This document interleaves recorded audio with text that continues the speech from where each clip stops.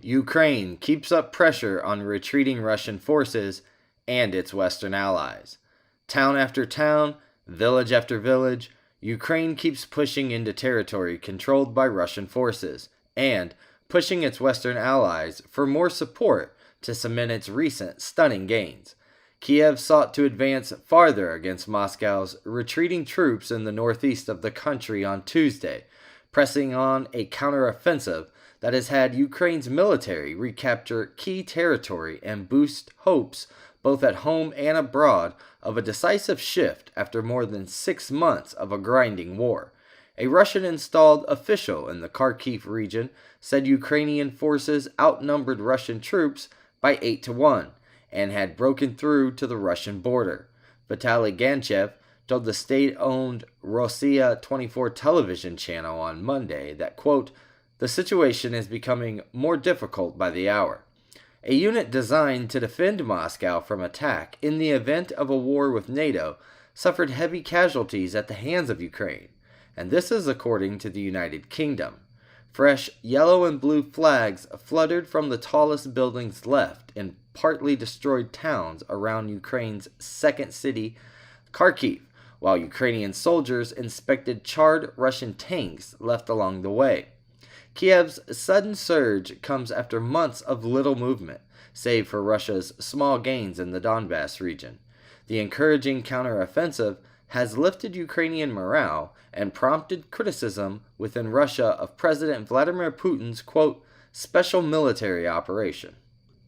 An Australian man is killed by a kangaroo in a rare, fatal attack.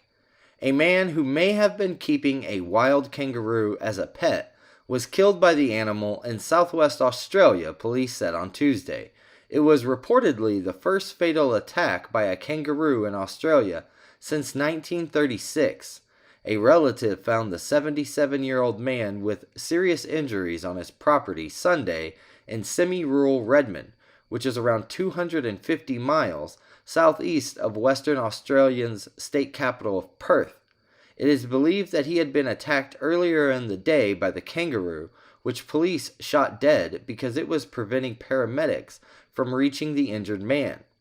The kangaroo was posing an ongoing threat to emergency responders, the statement said. Permits allow some Australian citizens to have kangaroos on their property, but laws prohibit keeping Australian native fauna as pets. Death by kangaroo attacks are extremely rare. The last reported death was nearly a century ago. Armenia says 49 soldiers killed in Azerbaijani attacks.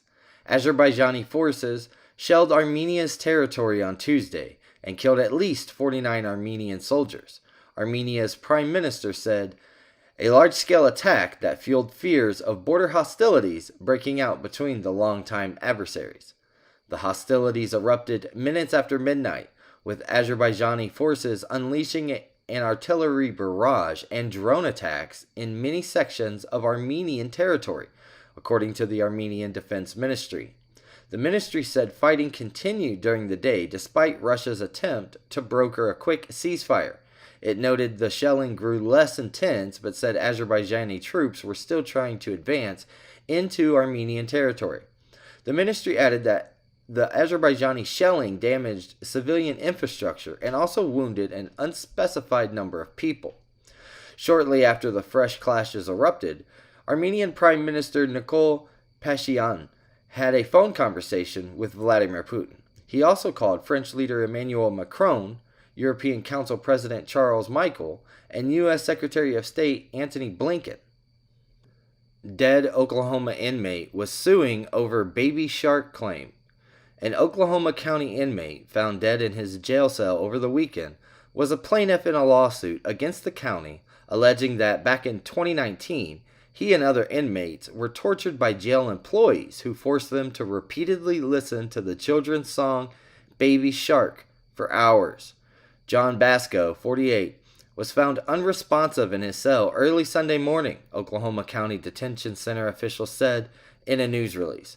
He was pronounced dead after jail workers began life-saving efforts, they said.